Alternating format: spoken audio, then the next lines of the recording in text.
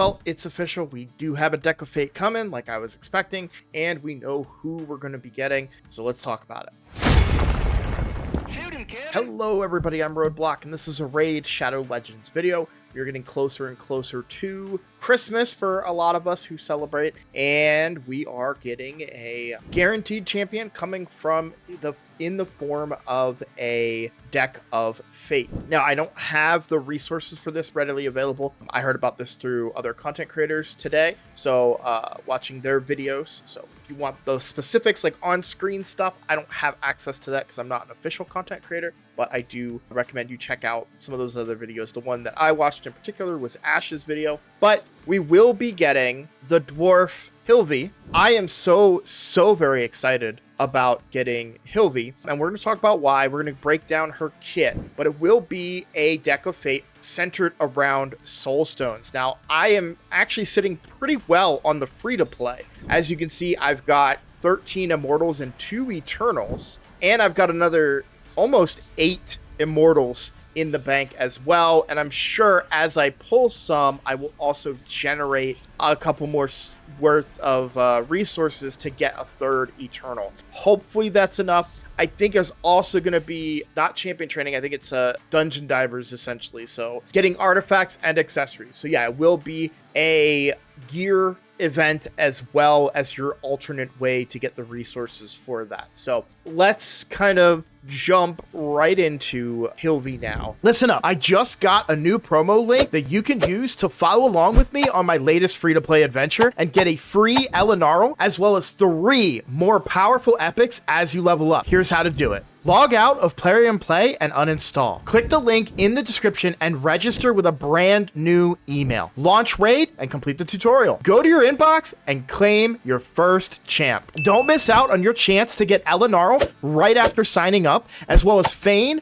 Uugo, and Tagoar as you progress through Raid. Click on my link right now and let's crush this together. And why I'm so very excited about this. I have been looking for a really good support for a long time. Now, she falls just short of some of what I need, but she brings a lot to the table. So let's go over her kit and then talk about how she's really going to help the free-to-play account, which is the one that I'm on right now. So I'm going to look at her in 2 ways. One is with Torment and one is without Torment. So she is the Torment companion champion. She is very strong with Torment, but I don't have Torment on the free-to-play, so you guys get that perspective.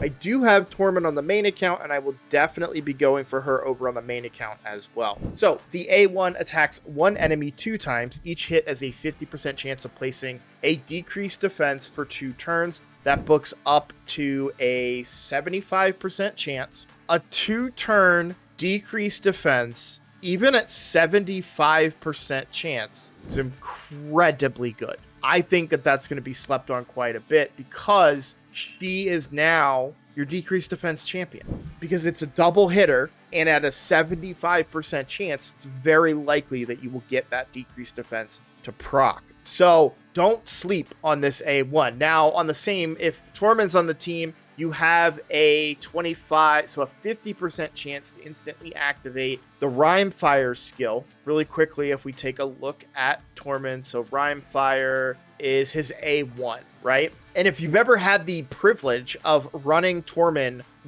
against freeze and HP burn, you will know that this starts popping off real quick. It's not the heaviest hit, but it is a good hit, and I highly recommend. A2 removes all buffs from all enemies and places a freeze debuff on all enemies. If Torment is on the same team, it instantly activates Blizzard Rage. Blizzard Rage is this is the provoke, the block buffs, heal reduction, and provoke if they're not under freeze. I'm not going to go too much into Torment's kit. I'm just kind of letting you guys know what that does. So it's a buff removal, a buff strip off of enemies with a freeze for 1 turn. This skill's cooldown cannot be decreased or reset. I believe there was a reason that's in there, so we'll get to that in a second. So here's the part where she's really good for me. Revives all dead allies with a 50% HP and 30% turn meter, places a block damage buff on all allies for 1 turn, and increase speed on all allies for 2 turns, and it will place these buffs even if no allies were revived. If there were no allies revived by the skill, also fills turn meters by 25%, and this cannot be decreased or reset. Now, this is on a 4-turn cooldown when booked.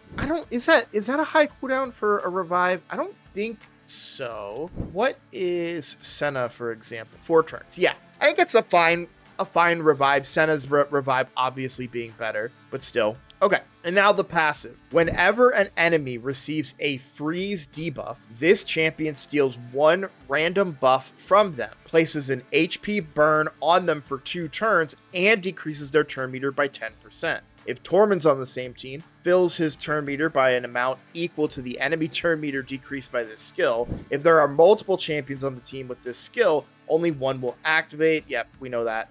This skill will not activate on duplicate copies of this champion if this particular champion is dead. Okay. And then we get a speed in all battles by 19%. So with Tormund, really, really good. I will say, let's look at her without Tormund for this account. This A1 decreased defense is extremely good. Other champions, and this is actually kind of pissing me off a little bit, because there's another champion who does this that I know of, and I hate that it's only for 1 turn, and it's only a 50% chance on a single hitter. So now you have a double hitter with 75% chance, and it's a 2-turn decreased defense. That's very, very good. It's better than a mythical in Androck the Glorious. Now, there are some others that I can't think of off the top of my head right now, but I know Androck does that, and I always hate that he only does it for 1 turn. 2 turns is far better, and here we have a very good dwarf do that. When we look at the A2 without the Tormund part of it, a buff strip and then a freeze, I mean, that's pretty good. It's got a bit of downside, though. One of the big downsides, if you think of other champions that do a buff strip and a crowd control, is that the freeze debuff reduces damage done to the enemies. Now, there are certain freeze champions that this will be very effective with, because some freeze champions do not suffer that penalty. Does Tormund suffer the penalty? I think he does, technically. But I think Karl doesn't suffer the penalty. Yeah, increase the damage this champion inflicts by 10% for each champion in battle under freeze. Okay, so maybe that's not what I'm thinking about. There is a champion, and I'm sure you guys will let me know in the comments which champion doesn't suffer. I think this just counteracts it, except it's by 10% for each champion under freeze, so that doesn't really work the way I think it does. Yeah, I know there is a champion that is not affected by the freeze penalties. So, like I was saying, there is a bit of downside to that A2, especially if you don't have Tormund. If you have Tormund, it's pretty darn good because you have an extra effect on this ability. The downside is obviously polymorph is a thing, so the buff strip is going to be risky if you're using her in arena, and the freeze debuff will potentially reduce the damage that you do. It's not the worst thing in the world, though. It's still incredibly good. I want to make sure I'm clear about that, but I do want to emphasize the downsides versus an outright stun or other forms of CC like Fabian. He also has a buff strip with the fear, and that doesn't suffer as many of the penalties, but of course they could potentially get a turn. So there's pros and cons to everything in Raid, but I do want to emphasize that just on the surface, that has its issues. Also, this is really not effective against bosses other than ones that can be frozen. Now we have a couple. I say 2. So there is the potential for more value from that, but still, it's not a PvE ability in so many ways. Then for the revive, this doesn't have any Tormund relation, but it does place a block buff on all allies and increase speed. So just a flat out 4-turn cooldown for a 1-turn block damage and a 2-turn increased speed. That's okay. We have a lot of increased speeds in the game that have a 3-turn cooldown for a 2-turn increased speed. So as far as just an increased speed, it's kind of weak, but it's very good when you consider it that it's also bringing block damage, which is where that trade-off comes in. And you do get to use this, obviously, if nobody is revived. So, and a 25% turn meter. I'm not saying the ability is bad. I want to be very clear. This is a very good ability, but there are better versions of it. So if you're not bringing Tormund and you're considering an area of the game and you want to bring Hilvi, it's important to keep in mind that there may be a better champion on your roster that can bring increased speed that lasts for much longer and will be easier to keep up rather than this particular increased speed. But that turn meter, incredibly good. Then we have the passive. Whenever an enemy receives a freeze debuff, this champion steals 1 random and then places HP burn. Now the HP burn is really more of a very specific thing that interacts with Tormund, because Tormund goes crazy when he's dealing with HP burn. But this passive has very, very little impact anywhere else in the game. If you're not bringing Tormund, or if you're not, well, wait. So actually, I take that back. If you're not able to bring to place a freeze, then it's weak, which means bosses. I'm looking at it from a boss perspective because I've got my wave clear stuff under control. I don't really need extra help on wave clear. I need a really good reviver, and she kind of fits that bill a little bit more than some of the other revivers that I have. So I really want her on the free to play for that reason. But she does place, so one thing to note is when she does the strip and the freeze, she will also steal a buff from them and place an HP burn for 2 turns and decrease their turn meter by 10%. So this is actually a lot better when you consider it with the passive, because of that interaction. Now the HP burn portion of it is incredibly good for Tormund because, like I said, he goes nuts when instantly activates the skill whenever an enemy under both a freeze and HP burn takes damage from the HP burn debuff. So he starts to go nuts in those situations, which is really, really good. I will also say that for the particular boss that I don't know if I have access to look at his kit on this one because I haven't done the bosses on this account. I think it's this guy. No, this is the HP burn guy. There is a boss that you can freeze, and I found Tormund to be incredibly effective against the boss that you could freeze. Was he it? He might have been it. I don't have all of the bosses visible right now. No, he's immune to freeze, but there is a boss. I don't remember where it is on the map.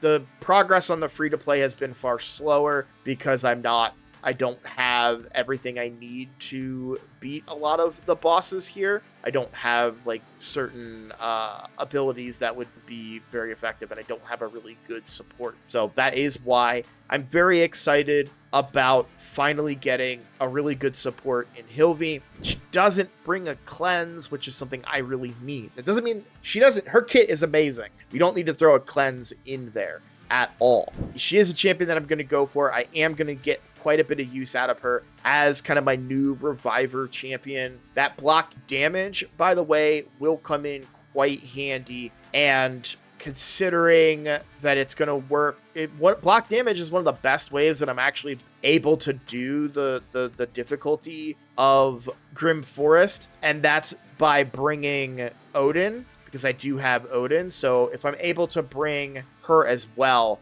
I'll kind of be chaining a lot of block damage, which will be good. So I'm very excited to go for her. I'm glad that they're doing a guaranteed. I think she's a great champion. But I mean, if you have Tormund, you should really, really get her. And keep in mind that on the main account, I do have Admiral Blacktusk. So not only am I going to be able to have an Admiral Blacktusk, Hilvi, and Tormund team going, I could even throw Senna in there and just build like a nuke Tormund, which would be really, really fun. So there's potential there, and I could potentially just have revive craziness. So sounds really fun. I'm excited to play with her and to kind of fool around with my teams. I have almost all the dwarves on the main account, so I'm very interested to see how this combo works. If they interact well with Admiral Blacktusk, I can just imagine that a protected stone skin Tormund